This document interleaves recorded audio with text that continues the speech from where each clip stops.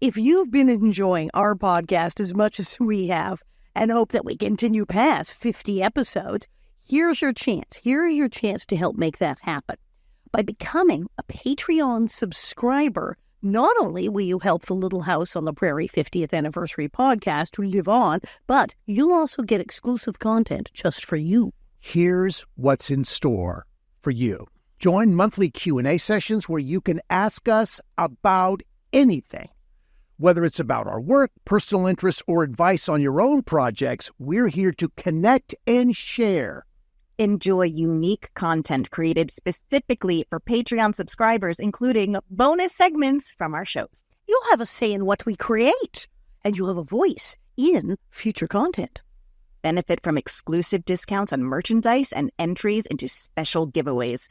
It's our way of saying thank you for your support. Receive personalized shout-outs in videos, podcasts, or social media posts. Because your support on Patreon allows us to dedicate more resources to creating the content that you love. You could join the Little House 50th Anniversary podcast community on Patreon and become a Prairie patron for just $5 a month. We thank you so much for your continued support, and we cannot wait to share our ongoing journey with you on Patreon. We are extremely grateful for the support of VisitSimiValley.com and the city of Simi Valley's belief in Little House on the Prairie and their support of the Little House 50th Anniversary podcast. Discover the charm of Simi Valley, California, the home of the Prairie. Visit Simi Valley, where adventure meets history and the spirit of the Prairie comes alive. Explore the Ronald Reagan Presidential Library, step aboard Air Force One, enjoy stunning hikes, and savor delicious local cuisine. Whether you're here for a weekend getaway or a family vacation, Simi Valley offers something for everyone and is only 30 minutes from Los Angeles. Plan your visit today and experience the best of Simi Valley. Go to VisitSimiValley.com for more details. Your adventure awaits in Simi Valley.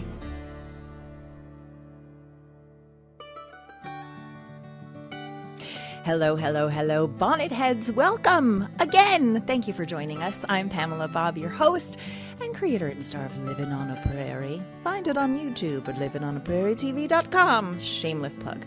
Anyway, I am here with, as always, our one and only Prairie bitch. That's right, Alison Arngrim. Hello, mean. So mean, but face is so mean. But she's really nice in real life, you guys. Yeah, yeah, exactly. All this is, I like to say that she's always in on the joke. Yes, whatever the joke is, she's in on the joke. And that's, you know him, my hashtag imaginary boyfriend. That's right, Dean Butler. Hello, Dean Butler. Hey, everybody. Well, news has been out for a little while now, but we thought we wanted to address it, which is the announcement that Netflix was going to be doing officially I want to say reboot, but it's not really not a reboot. Don't say reboot. It's not a reboot. Allison has handled that very, very well in all the press that she's done. So let's talk about it, because there's a lot of stuff going on out there that perhaps needs to be addressed. So the articles all said it was a reboot. It's not a reboot. Do you guys want to explain what's happening? Okay, everyone needs to cool their bloomers is what y'all need to do. It is not a reboot. It is not a sequel. It is not a copy. It's going to be, you know how it's a readaptation, right? I mean, it's a they're going back. They're talking about going back to the books when Laura's like a little tiny thing back in.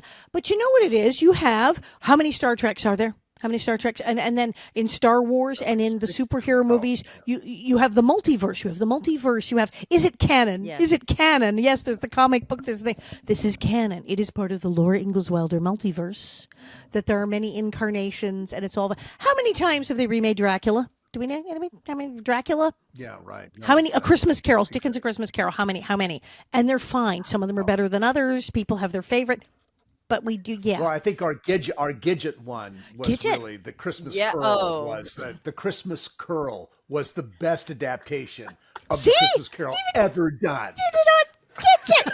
Just the title alone. Oh my God. Yeah. I like the Mr. Magoo cartoon one. My kitchen, Karen Richmond. Yes, she was wonderful. So it's not a reboot. Good They're save. not. It's not going to be the same thing. And remember, how many characters on our show were created for the show and were not in the books or real life? Albert, Adam, hotline teacher. That's not happening. So they're going back. They're going back to this whole other thing, and it's the books, and it's probably going to start in like Big Woods. I'm not sure, but that's like the sentiment. They're going back. They're absolutely going back. It's probably going to be darker and grittier, I would imagine, if they're survival, truthful, the West, historic, factual time.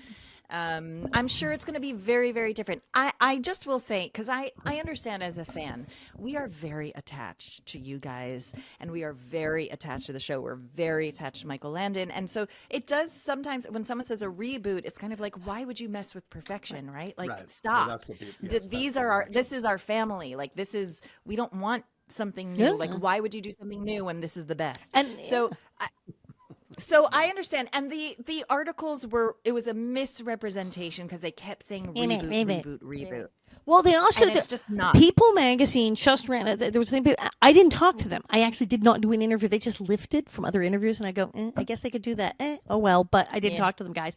And it said, it saves a phone call. Did you do a Remind? I did Remind. I did Remind magazine. I love their commercials. Yes, right. They're always, I see their commercials. I'm like, now I'm in it. Great article. Very thorough. Yeah. But they lifted pieces and I think one of the times there was even one saying, none of us were asked to be in it. And I'm like, well, no, who the heck would we play? Laura's grandma? What the? They're going back to another time part of her life.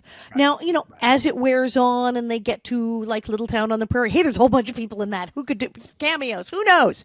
But no, we're not in it because they're not, it's not about us. It's about that little girl. So it's going to be a whole other thing. And I'm fine with that. My friend Bill Funt put it very well on Facebook. He said, I don't care what they do if they do Little House ice-capades, as long as no one gets hurt and someone gets paid. Well, Bill Funt, the son of the late Alan Funt of Candid Camera fame. I mean, it's interesting.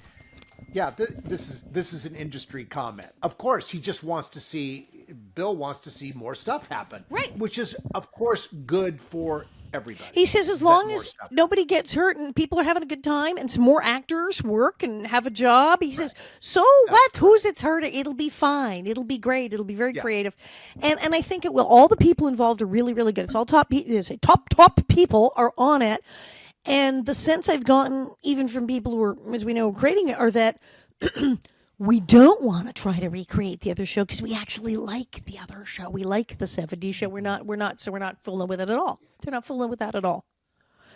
Yeah, and my sense, Alison and Pamela, is that the television has changed, audiences have changed, sensibilities have changed. It's inevitably going to have a different vibe about it because the expectations of people, if you want young people to watch, it's just going to be different. And how it's going to be different, we don't know yet. But inevitably, it will be different, and people will have choices to make. And I think we have to celebrate the creative expression. It's wonderful for the Little House property. It's wonderful for the books that they are going to get a fresh look. This is very important, and I think, Alison, as you've said many times, the well-used phrase, "A rising tide lifts all boats." It does. And everyone is good here. This will all be. And as you know, our the folks at Friendly Family Productions, as they say, we are absolutely protective of Laura Ingalls Wilder and her image and the brand and what it all means. So they are super sticklers for it being good and wholesome and like what Laura wants. So then nothing weird's going to happen. It's going to be completely fine. Yeah. All right. Good. We've covered that. Let's Pamela, let's throw to the title and let's start this show. Here we go from the studios of UBN Go in Burbank, California, even though we're all in our homes today. But still, Tony, shout out, UBN Go. Woo-woo! This is the Little House on the Prairie 50th anniversary podcast.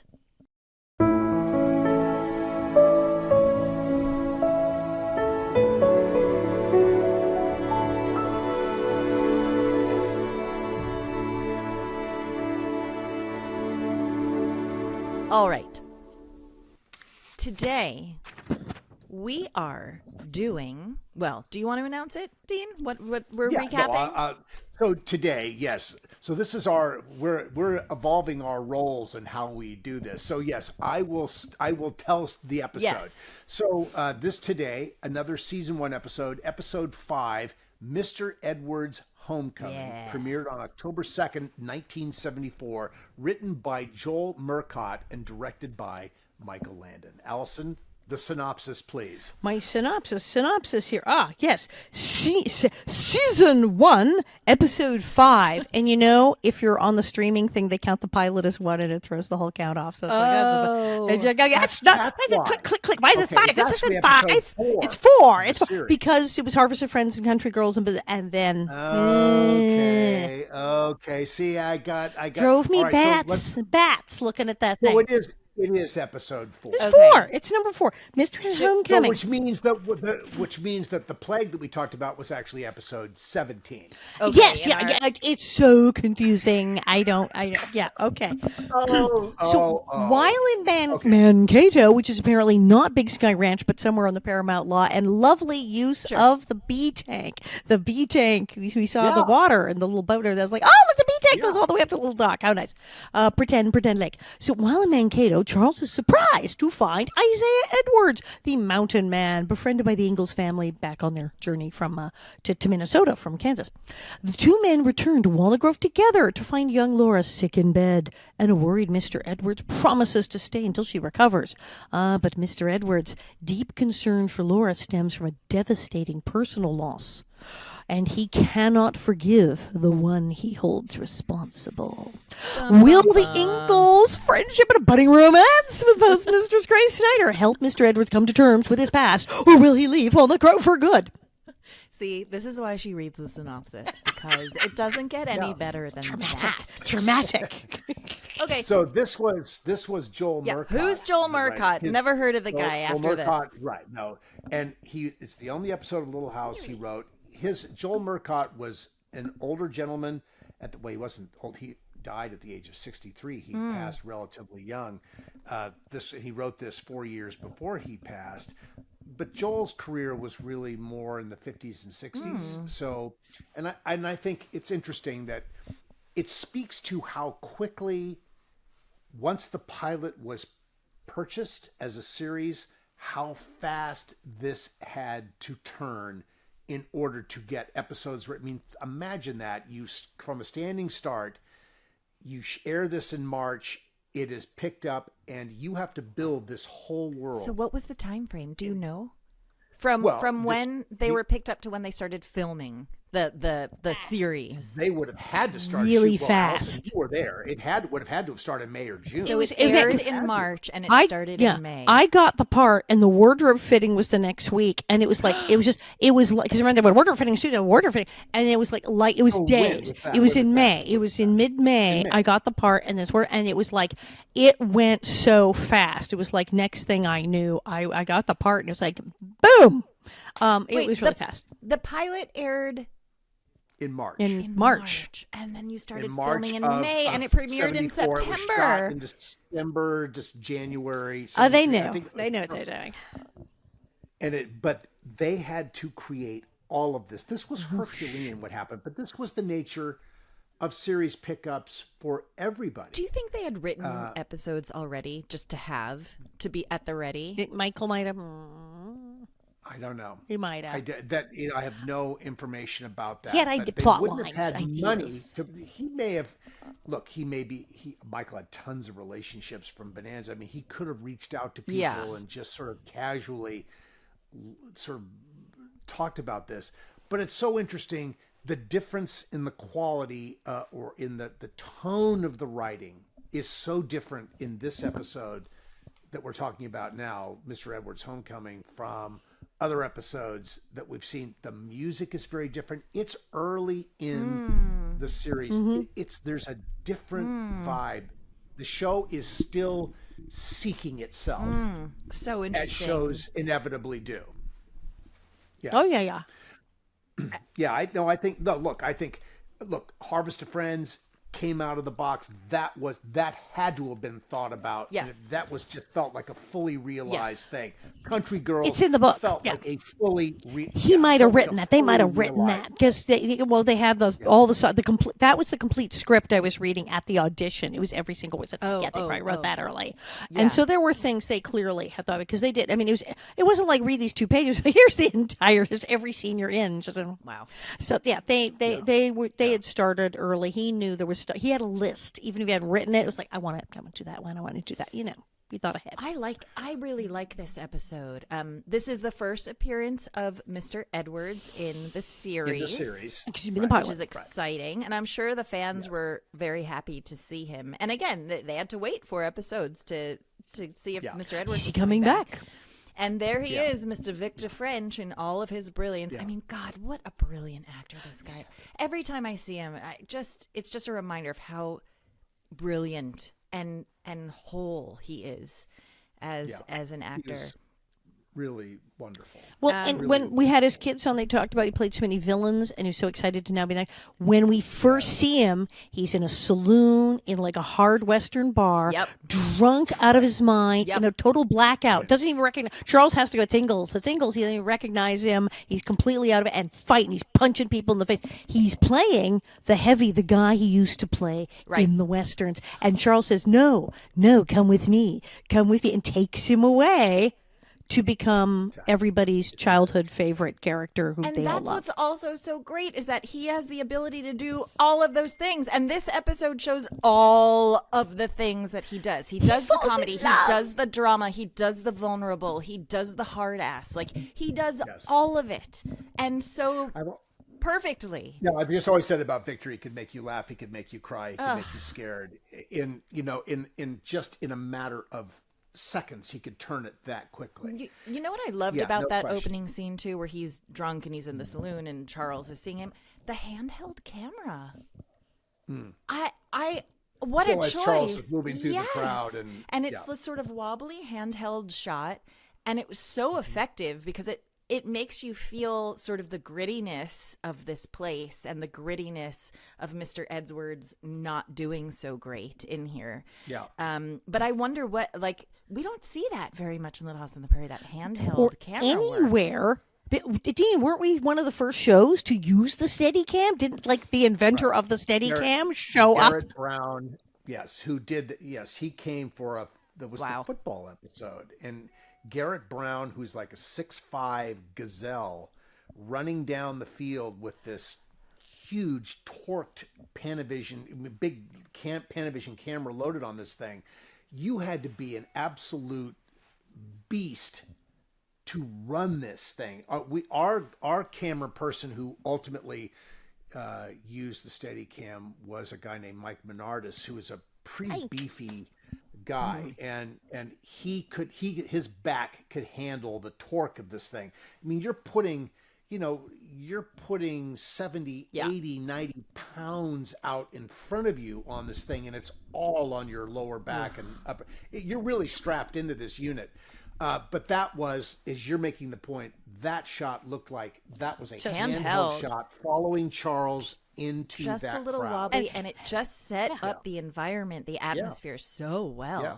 And no digitals. When we say handheld, it's more like right. Yeah. Yeah. Hence the wobble. Yeah. Right. Exactly. Yeah. No. Well, look, we had you have great camera operators. I don't know who would have been the operator. I can't see. For example, I can't see Kenny Hunter with that Panavision camera on his shoulder. No. Was he a little guy? So I don't know who that operator would have been. Somebody big. But that was a very nice handheld really shot. Nice. But yeah, it's so they go from the hard. He goes to Western land and pulls him out into Prairie land. Totally. Yeah. Totally. Yeah. Yeah. Okay, so then he brings Edwards home with him, and everyone's very happy to see him, except Laura is sick. Do we know what's wrong with Laura? Yeah, she has tonsillitis. Tonsillitis. She has tonsillitis. Again, no antibiotics. So bad. Yeah, Laura. I mean, in our last episode we talked about she had a toothache. Now she's got, in this episode, which is earlier, she has tonsillitis. I mean, so opportunities for Doc Baker. Yeah, to be yeah. the, He's the town getting all the doctor. chickens, that Doc Baker. Yeah. And they so- medicated her with licorice. Well, and also obviously it gave opportunity for the purpose of it, of course, in the story was to give Mr. Edwards a reason to react because of his heartbreak that he experienced earlier in his life. So Mr. Edwards sort of blows up at Pa because Laura's sick, About and the he doesn't fever. think that he's taking it as seriously as he should, and it's just sort of, whoa, what's happening here? And then they have a very tender scene in the barn, and there's so many things about this scene that struck me. The first one is, Pa's, he's like, sorry, I blew up with you. Some stuff happened, and Pa's like, you don't need to tell me anything. Like, don't even worry about it. You don't need to tell me anything you don't want to say. And he says, no, I want to tell you. I need to. And that's such a, establishes such the close connection that those two men have and will have, until he's not on the show for 4 years. But then he comes back. We won't talk about that right now. Yes, right. That's another story, which foreshadowed that relationship for a while. And then the other thing is, it is classic Pa in this scene in the best possible way, which is he is standing there, he is receiving the information, you see the emotion welling up in him, but he's keeping it at bay, but he's fighting through the tears, and then he just gives him like this little pat on the head before leaving. Yeah. He puts his hands in his hair. And that small, kind gesture, without having to say anything on top of it, is so quintessential Charles Ingalls, a.k.a. Michael Landon, in this show. And I think it's really special, too, because it's two men showing two alpha men, right? Like, these are strong, dudes. macho guys, right? And to show such tenderness and physical touch between men, I think is mind-blowing and so important for men to see and to be able to feel it. We deny men these things. Men are not allowed to show emotion, right? They're not allowed to show physical touch. And just a small gesture of just... patting his head through holding back tears is beautiful. Yeah, one of those early examples of the wokeness of the super woke. Use that word, which I think is so misused. But this was that's been in There's the a news this very- week too. So very forward thinking. There's a very modern take in this too, because Charles also throughout this episode, you'll watch a theme where everybody's butting in and Caroline's scheming to do stuff, but Charles keeps minding his own bit. Charles keeps saying it's none of my business and try to leave people alone and let them have their space. It's none of my business. He keeps saying to him, "It's okay. You don't have to tell me." Now, a lot of TV, even modern TV, tell me. What is the matter with you? Tell me, because we need to move the plot along and make it. No, it's okay, man. You don't have to tell. It's cool. It's your story to tell, and not. I'm cool. I understand. You may not. He's saying, if you do not feel comfortable, it's super modern to take that. And then he says, okay, now I feel comfortable, safe with you. So now I am going to tell you this terrible story that I have PTSD. But this is like someone with a degree in psychology from 2022 talking, not someone in 1974, let alone 1874. This is amazing that Charles says, no, it's okay, it's fine. You don't have to tell me if you don't want to. Who does that? Charles Ingalls apparently does it. And also, what is the news? The news is that Mr. Edwards had a wife and a daughter who reminded him very much of Laura, who died. Right. Horribly. They got sick and they died. They died of smallpox. Again, of a disease that That they couldn't control. They could do nothing about that. Showing the vulnerability of the time and the circumstances that they lived in. Exactly. And basically he has PTSD. Mr. Edwards has PTSD over seeing his family die under horrible circumstances. And then seeing Laura slightly ill was just a huge trigger for that. Yeah, PTSD, baby. That will do it. So then the family convince Mr. Edwards to please stay in Walnut Grove. They all love him. He feels very loved and wanted, so he decides, maybe I'll give it a try. And then, Act 1 ends with what does it end with? Ma in bed, and Ma Ma is plotting. Wait, what are they eating? Mr. Edwards Popcorn. They are popcorn. eating. Oh, Is this the popcorn first and popcorn? reading the Bible. So it's or- both, Popcorn because and the Bible. sometimes they read the Bible and sometimes they ate popcorn. This time they had the popcorn and the Bible. Risque. And Very. this is episode 4, so it's like they're It might be the establishing first. this very I early. think It it's might the be. first Maybe. popcorn. It might Is be it the first popcorn appearance. Could be the first And such a sweet and really wonderful energy with Karen as she's sitting there Contemplating. She's so focused on putting Mr. Edwards with the widow Snyder that she's not even listening to what Pa is saying. Really, She's a little just in her yenta, world. that Ma. Totally. I wonder who is it in the books that they eat popcorn as a snack at night, or is this just a concept on the show? The books are no. I mean, sorry, popcorn is a very common treat. They did eat it. Yeah. Well, Almanzo's all about popcorn. In Farmer Yes. Boy, popcorn, Lots of popcorn, and popcorn. Lots of So it was a popcorn, thing, yeah. but I don't. In the They're books, they wonderful don't mention. illustrations of popcorn, eating popcorn. Okay, because I was just wondering, like, this has got to be in the books. Otherwise, some dude on the writing cast of Little House on the Prairie was like, popcorn, brilliant. Yes. Yeah, okay. Laura didn't say, and then Mom and Pa made a batch of popcorn and went into the bedroom. No, that's not in the books. Yeah. But they did eat popcorn. They did eat Right. popcorn. It was Right. Yes. Okay, Yes. now Mr. Edwards meets Mr. Hanson, gets hooked up with a Right. job. Gets a job, right. He's The mill. set, right? And then he looks at Grace Edwards, Beautiful. who works at the post office. Is this our first appearance of the beautiful Bonnie Bartlett? I think it is, and she Yeah. is beautiful. I just kept looking at her like, what? She's so striking. It's not. She's a striking beauty. I think she's gorgeous. She's not a. I don't think she's not a traditional Not at all. kind of beauty. She's a handsome She beauty, is. I think. And she's I think Still pretty Yeah. now. She's Yeah. alive and kicking and Yes. still Yes. really stunning.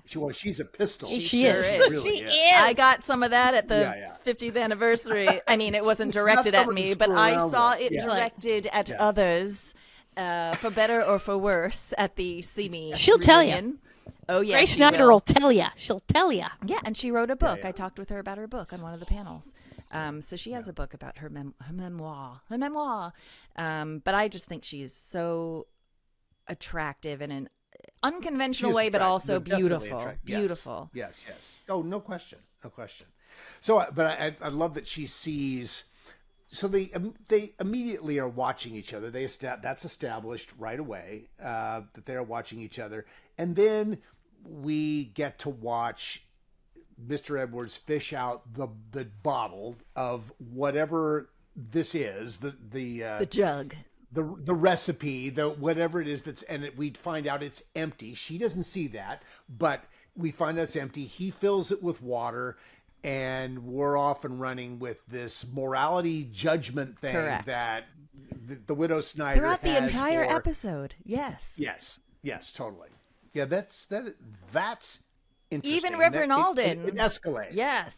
Yes, and they think she's the trouble spot because hysterically, when she finally comes, they say, "Oh, I'm so sorry. Oh my God, it's waters. I'm so sorry. I'm so sorry." And then, of course, she goes to drink it, and that just as Mr. Hanson comes out of the middle and goes, "What? What? Yeah, What?" and he thinks she's drinking now. So everyone's judgmental And about. Victor has the best line. He has the best line. 'Cause, I didn't know she drank. Oh, well, you know how it is. It's the quiet ones. It's always the quiet ones you got to watch.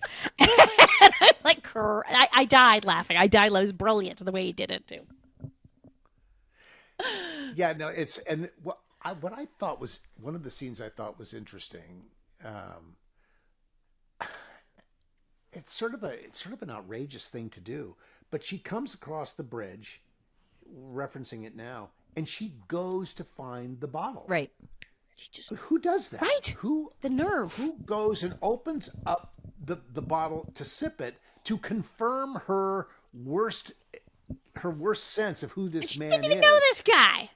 Didn't But even she know was him, and suspicious. she's pushing herself into his business. Now, I guess they're pushing the fact that there's mutual interest here in each other. But I thought that was sort of a ballsy thing to do, to just go in and pick up the bottle and open it. And Well, take it's drink. a very Karen move. Let's face it. It's a Karen Karen move. Karen, as in sort as of in the as in let me speak to the manager. Karen. She is. She's totally being the Karen. Because in the post, she's like, "Well, are you a member of the family? Can you pick up the mail?" She is. Yes, she right, is. exactly. She's being the Karen right now, and then she apologizes for it. But yeah, she was Karening out. Let's face it. Very busy. Yeah. A Karen before Karens were Totally. Karens. I mean, Okay. Mrs. Olsen was the original Karen. Are we? She had right? it But down. yeah, she just was Karening out a little bit. But he's a new guy in the town. I guess she was trying to protect everybody from a potential alcoholic or someone who maybe drank a little bit. Yeah, who knows how the widow Snyder lost her husband? Maybe. Maybe. Let's. That's You not know really what? explained. Let's throw her that bone. Let's give her that backstory, even if it's not. that what she that could have actually had PTSD, that he died in some terrible accident because There we go. he was We drunk. fixed it, you guys. We fixed it. And then Reverend Alden does the temperance lecture at church, and he's aiming sure it at does. her. Strong drink, and look what it's done to people. And she's going. He was being very, very preachy during his preaching. Unlike him. I know. It's weird. Every once in a while you get these moments from Reverend Alden where you're like, this is very judgy. Very, very judgy, which he usually is not. But once in a blue moon, it's like, oof. And then I love how afterwards she was like, I thought it went a little long. How was the service? I thought it went a little long. So yeah, everyone thinks she's a drunk. She's not a drunk. And Carolyn, in the meantime, is playing matchmaker, right? So she asks Mr. Edwards to please pick up the Ingalls' mail. Yes, and she's plotting. Mama, we always pick up the mail. Oh, and The girls, I need to say, Mr. Edwards also, before this, brings Laura some lemon verbena. And perhaps this is the second lemon verbena appearance in Little House on the Prairie. The first one being, yes, Country Girls. And now we're back with lemon verbena, which is just a theme throughout the entire series. Yeah. But the busybody, Caroline, busybody, getting in their business, and as you said, there, Widow Snyder. Let me go see this In bottle. a very sweet way. Well But that's intended. the running thing, is that Charles keeps going, I don't, why don't you just leave them alone and see if they like each other? Why? No, you don't have to tell me. No, I don't want to know. No, why are you bothering these people? He's just constantly trying to mind his own business through the whole episode, and no one will stop. And I think Karen Grassley, not being the Karen, but Karen Grassley is just beautiful in those scenes where she's just like open and imagining, and this could be wonderful, and these two people could be happy together, and she's just like thinking in this very constructive way about how to make people's lives better. And I think she's beautiful, really beautiful as she does it. And it's wonderful that Charles, he's just laying back, watching all this happen, and being the guy. Speaking of making people's lives better, when we go back home to Mon Pa, there's Pa shirtless in his Is it one of the first? Okay. Sharpening the plow. Harvest of Friends is the first shirtless paw because of the tree accident. This is like the second super duper, and it's one of his better poses. There's that shot where he's by the fence and she's behind the fence. That's like a still photo that people like put up when they go shirtless paw. That's the one. It's an interesting. The suspenders are on. The suspenders, but shirtless, and then the sort of black and white, sort of tweedy, herringbony trousers. It's a good look, but it was like, there's Pa, and now the shirtless paw. And now, ladies and gentlemen, Chesty Charles. All right. Yeah, Chesty Charles Just a little taste. looking great with his Kahala Hilton can. Yeah, just a little taste of it. And Edwards comes back, sings Old Dan Tucker. We're all happy at this point, right? No, and we'd heard him sing Old Dan Tucker in the pilot, so that was established. And then he gets the little dancing in there too. So we're seeing this. They're establishing this sweet side of this. And he direction. is just so lovable. The O at the end, at the mill, he does Old Dan Tucker, and the end goes, which is the thing that Victor Jr., his son, does. And has done for, he does the big O and holds the note. He does a beautiful impression of that. And then it goes to Laura's the tooth and the dentist. That was a great cut. That was a good cut. That was a nice little cut. Was Victor French Jr. already acting as his body double at this point? Ooh, he was too young. Not till later. Yeah. Too young. How old was he at this point? Do you know? Was he a teenager? Younger than a teenager? I think he would have been pretty young guy at that point. Okay. I don't remember him being Victor Stand-in until when he came back in season 6. Yeah, like Okay. around then. Yeah. So he was really young. Yeah, that's when we met young Victor for the first time. That is so cool. I mean, just how cool is that? Yeah. All right, we're going to take a quick break. And when we come back, we will continue our recap. Welcome to our recap season 2. We'll be right back. When you visit Simi Valley, California, you're stepping into the pages of history. Go from the pioneers to the presidents. Explore beautiful wildflowers, hike through iconic Hollywood locations, and end your day aboard the actual Air Force One at the Ronald Reagan Presidential Library and Museum. Throughout the summer, take the Little House 50th Anniversary Tour at Big Sky Movie Ranch. Less than 15 minutes from Los Angeles and 30 minutes from Universal Studios, Simi Valley has small-town charm with big-time history. Go to visitsimivalley.com for more information. We are so grateful to visitsimivalley.com for their commitment to presenting the Little House 50th Anniversary podcast. And I want to talk about the fact that it's a different writer and there's this real, like, almost childish approach to romance. These grown people's like, God, what are you, 12? The way they're pursuing this is crazy.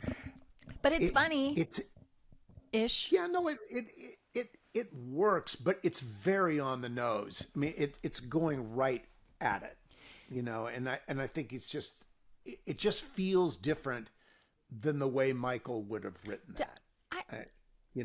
That's the only way. No, I think it's interesting that you that you have that strong of a reaction towards it, because for me with this episode, I thought it had all the sort of Michael Landon-y elements in it, and I didn't sense that it was really different. Also, I thought, like, for a little kid watching it, it was awesome. Yes, it made sense. And that's the thing. Yeah. It's not overly mature. In many of the romances That's where It's it's not overly Laura mature. and a boy and Laura thinks the boy likes Mary or whatever, they do all this stuff of, I'll write a letter to myself and make her... And in fact, literally, Laura comes to him with the story of how at school that somebody passed a note and the whole thing made this girl jealous. Right. It was a whole thing about she pretended to get a note and she's written it to herself to make someone jealous. And this very grown man goes, that's a good idea. Because the 8-year-old said it worked at school. They push in on him as he's considering it. It's like you see him thinking about, and it's as the story is being told. And these very small children have related this, and even Ma and Pa have gone, that's a terrible idea, and you shouldn't be doing that in Sunday school. And why are you passing notes in Sunday school? And these kids are going, yes, this is how romance works. And he's like, well, I better get on that letter and perfume it. And I'm like, no! And he's illiterate, which makes it even better. And we find out that he can't write the letter, so he needs Laura to write the letter for him. It's their little secret. Let me just say one thing. This was the tiniest little thing. I don't good. even know I noticed it, but it struck me as so funny when they were having the conversation with Mary and Lori about, like, how was Sunday school? And this all comes out that, she wrote this letter and he got jealous. And then he was like, I mean, not about what's happening with you personally. Like, what did you learn in Sunday school? And she just goes, oh, we learned about Jesus. It's like, really? That's the answer? That's a very blanketed I would assume you were learning about Jesus in Sunday school, but really no more detail than that? Okay, cool. We're learning about Jesus. Yeah. And I'm sure an answer that kids give at home. We learn about Jesus. Every Sunday when they're asked about that question. It struck me as so funny. Yeah. At the schoolyard soap opera, that's what happened. Exactly. Man. Jesus, but this, yes. Okay, so Mr. Edwards actually does go through with this fake letter to make... Right, with Laura writing that. Yes. The kid has to write it because... Yes, because he can, and it's very, very simple writing. And he goes and he goes to the side of the road, and which is sort of interesting because the mail truck's going by.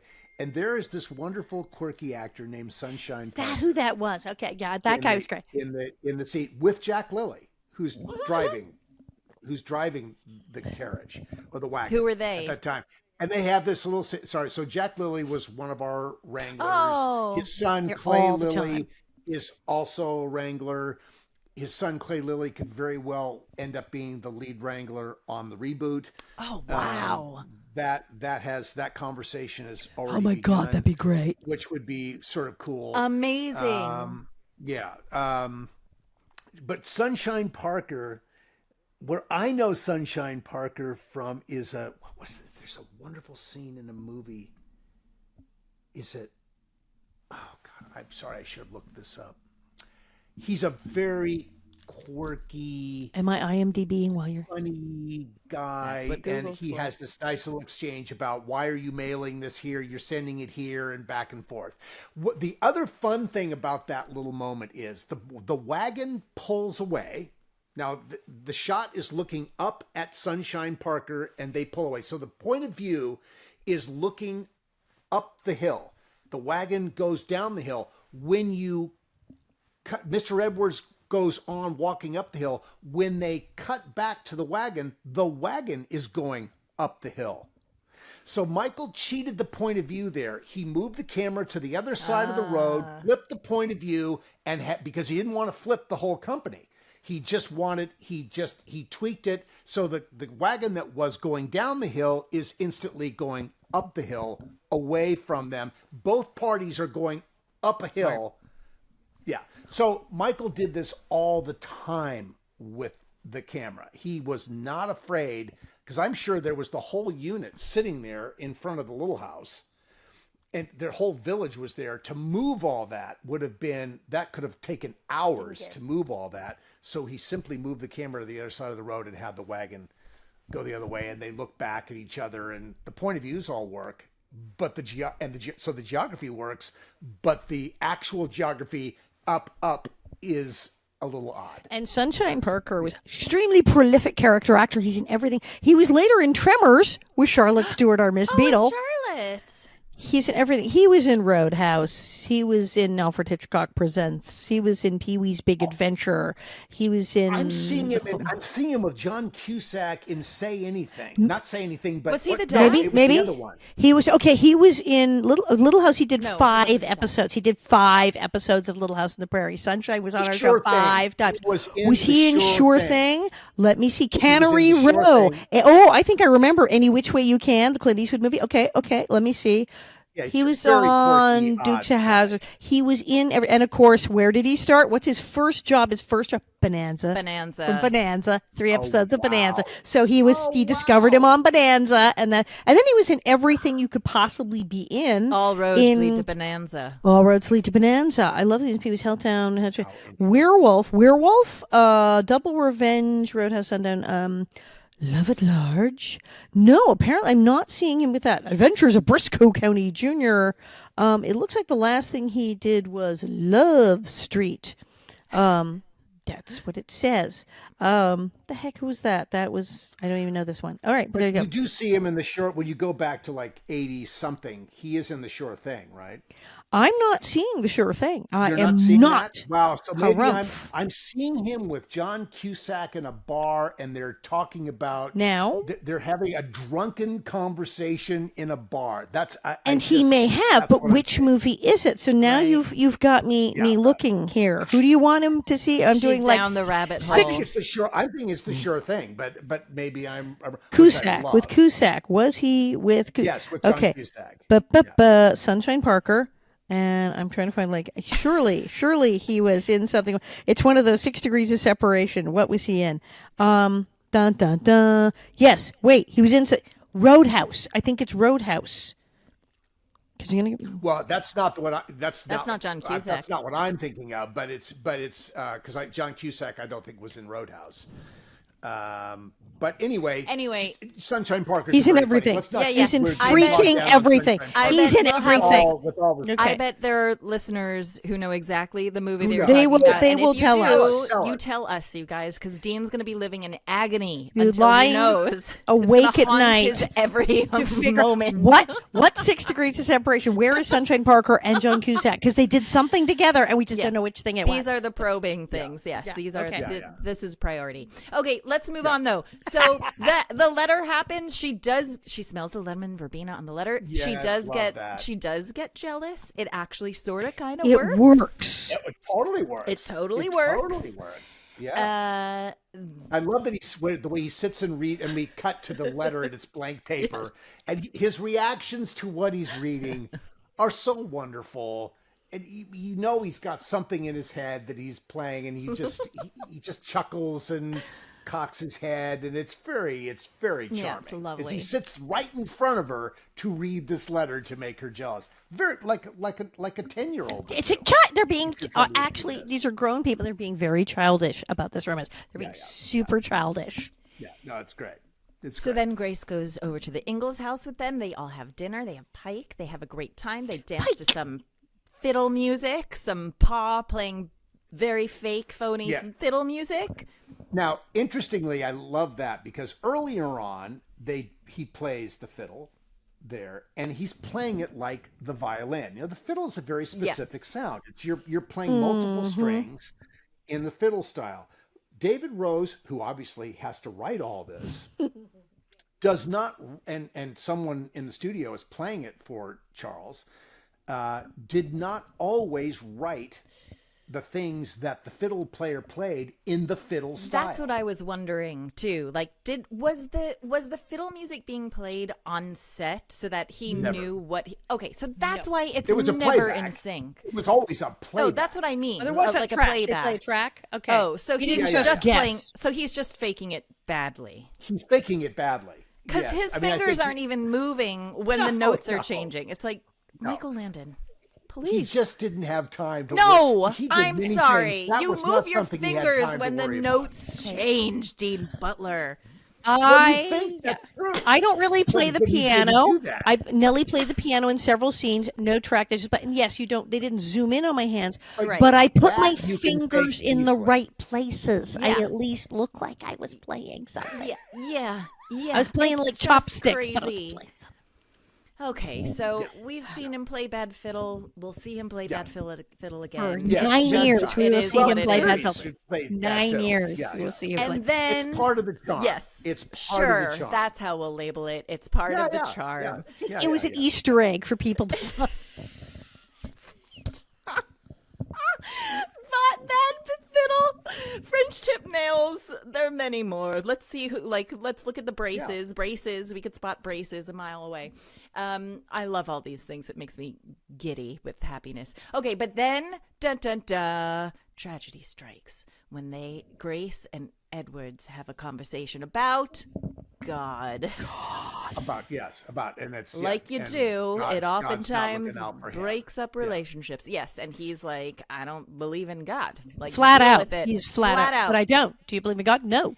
Nope. Yeah, and she cannot handle that she can't at all. With that. Which is, I'm sure, historically, and for these kinds of people, I'm sure that was quite accurate. Actually, 1874. Yeah. Like you're a heathen, right? I mean, it's an existential thing. Yes. In a small town, 1874, a widow woman of her place in society, and that kind of no, there was no way you were just like, I'm an atheist. Ha ha ha. No, not a thing. So that breaks them up. She's very disturbed by this, and then he's like, I'm out. I'm leaving. And I'm leaving. Right, I'm leaving. And yeah. And his reasoning for not believing in God, by the way, is because he said, if God is real, why would he let my daughter and my wife die? I mean, and I think this is a very reasonable argument. It sure is that people still have to this day. He's mad, and even Caroline, even when he says to Caroline, "How could that happen?" She doesn't say, "Oh yeah, she even stops." He goes, "Well, good point. I don't know. We don't know why these things. It's horrible, but she's like, well, that'll do it. That'll do it to you. Yeah. And then Carolyn has a conversation with him. I mean, what you're saying tells him he's punishing God. Yeah. What do you think about that? That's an interesting take. I know. Punishing God. It's weird. I've never heard anyone come up with that one. And in ways, that's someone who really believes in God. Right? But then you believe in God. He's enraged at God, but what, of course, he's actually doing, especially when we watch how he's treated himself in the drinking and the no companionship and being a loner, and then this whole romance he's about to give up. He's punishing himself. Right. He's been punishing himself in his life and making his life miserable every single day since he lost his family. He clearly has wound up punishing himself, cutting his nose off, spite his face the whole time. And this may be kind of like sort of ringing a bell in there when she says punishing God, like, or maybe. Alison, that is such a great revelation about that, because I hadn't thought of it in those terms, and now that I have, it makes perfect sense. Absolutely. Look how he lives. Look how he lives. Yeah. No, but also that what she said to him would resonate in that, from that perspective. Because somewhere in his head he would go, punishing God. I'm not punishing God. I'm and he'd have to go think about it, wouldn't he? Yep.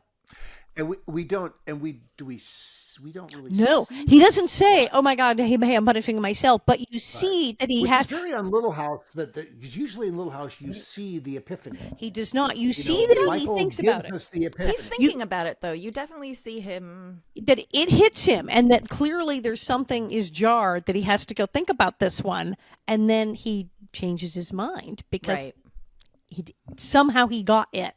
Yeah, he gets it. Yeah. And so the next thing we see is Mr. Edwards in a very dashing outfit, by the way. I think he looks so adorable in this wardrobe choice.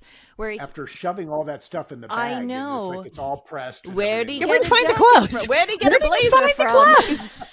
I think he went down to the mercantile with his pay from the mill because he had to go shopping. He had to go shopping because he never had any nice clothes. All I know is he's in a sensible tweed jacket and a sensible button-down shirt. Looking good. And he looks so charming. He just looks adorable. And her expression when she sees him, too, is also adorable. Sweet, and singing, bringing in the sheaves again. Yep. And I noticed that in the other one we did, bringing in the sheaves was not bringing in the sheaves. We had 4 hymns that were in main circulation on our show.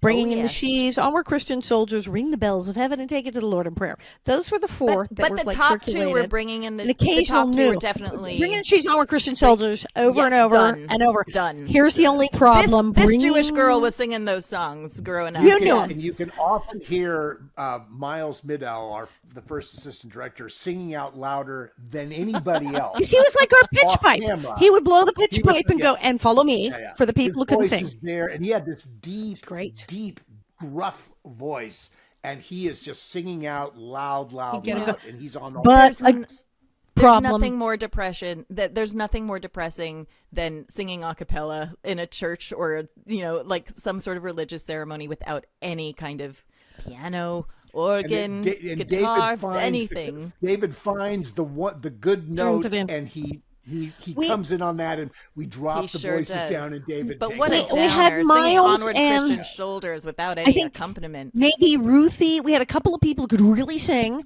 and they would step to the front of the church and go, "Okay, boys and girls, you've got the lyrics in front of you," and they blow the pitch pipe and go, "Come with us." And for all you can't sing, just listen real hard, and they do it, and then we'd all just kind of follow them. Problem: Bringing in the Sheaves was written in and released as a hymn in 1874. It would have been brand new. It would have been like, I don't know, top of the pops, top 10 new hymms. They were singing a brand new hymn that had literally just come out that week, which seems a little odd. Information from Alison. 1874 for Bringing in the Sheaves. Did you know that? Did you? No, I didn't. I had a lot to do when I was sitting in church. I had time on my hands, so I'm sitting as they're setting the shots, and I got the Bible and the hymnal in front of me, going, "Well, nothing to do here." And I memorized all the back verses of Bringing in the Sheaves and Onward Christian Soldiers. When I was 14, I could sing all the verses going all the way back of Onward Christian Soldiers and Bringing in the Sheaves. I can't remember them now, but I did. Awesome. I memorized them all because I had nothing better to do. But but it's 1874, which is kind of strange. Oh. It is the sure thing. It was like he's cowboy, Sunshine is cowboy. It was, his part was so small. I'm going through his credits and it's like not even there. And then I had to go to the credits for sure thing and like, dive a rabbit hole to find him. But he's, thank God we found that as we're editing this episode. It was driving me nuts. So much better. It was driving me crazy. This episode really came to a full circle conclusion with John Cusack. Who knew? and they shot interestingly, they shot all the exteriors of the Sure Thing at my alma mater, University of the Pacific. That was Sure Thing? Doubling for an East Coast college. Really? Beautiful Pacific. Yes, in the quad, and then in Old Southwest Hall was his dormitory. Wow. Yeah. That is See, very- now, there's a trivia thing for you. Love that. Excellent. But Who Sunshine knew he that was on the show. Prairie would lead to Sure Thing? It sure Like I said, did, though. And he started on Bonanza with Michael, and he later wound up in Tremors with Ms. Beadle. So Sunshine was everywhere. He's like Yeah, the the through 6 line degrees for. of- The Sure Thing is a great. It's a great movie. Yeah, it's a great movie. All right, everybody. I feel very content that we've ended on that As note. Little House, it's a sure thing too. Yeah. It's a great sure thing. It sure is. It's your sure thing. Okay, guys, we need to wrap things up, but crazy. I loved this episode. I know maybe it's a little childish and a little silly, but I think it's No, adorable. but I like your point of view. I mean, I get it. We have to realize that this is being done. I mean, it's being done for people of all ages, but Michael would never want to leave kids behind in this. So there's a commonality, and then adults can watch it and say, "Oh yeah, this is how this gets That's started." right. And it's Mr. charming. Edwards is this sweet, innocent, he's not innocent, but there's a childlike quality in Mr. Edwards, which comes And he out. there's clearly hasn't enough- dated in years.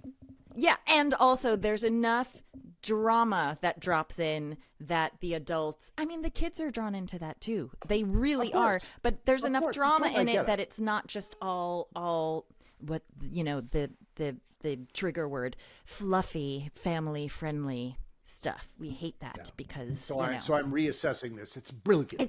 it's just there you go. Brilliant, man. It's almost as good as Sure Thing. Anyway, Bonnie said everyone, thank you for tuning in.